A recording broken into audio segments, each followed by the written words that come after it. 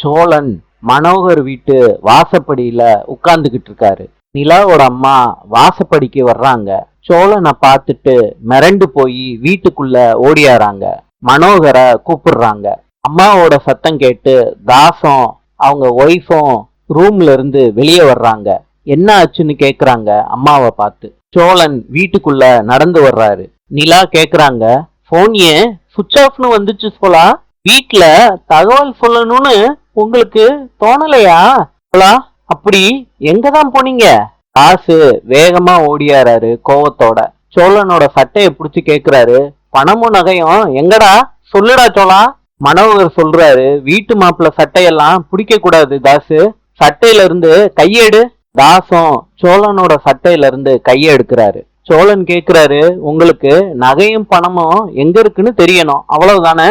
சோழன் பாண்டியனை கூப்பிடுறாரு. பாண்டியன் சோழனை கடத்திட்டு போன ஆளை இழுத்துட்டு வர்றாரு வீட்டுக்குள்ள. மனோகர் சொல்றாரு, மாப்பிள்ள இவன் தான் திருட வந்தானா? என்கிட்ட விடுங்க, நான் அடிச்சு உண்மையை வர வைக்கிறேன்.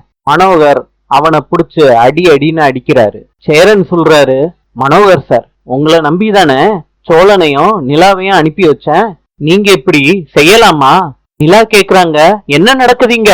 பல்லவன் சொல்றாரு, அண்ணி உங்க அப்பா தான் எல்லாத்துக்கும் காரணம். அவருதான் ஆள் அனுப்பி அண்ணன் போற வேண்டிய வழிமறைச்சு நகையும் பணத்தையும் திருட சொல்லியிருக்காரு. நிலா பல்லவன் சொன்னதை கேட்ட உடனே அதிர்ச்சி ஆறாங்க. அப்பாவை பார்க்க ஆரம்பிக்கிறாங்க நிலா கோவத்தோட. மனோகர் திரு திருன்னு முழிக்கிறாரு. நாளை சந்திப்போம்.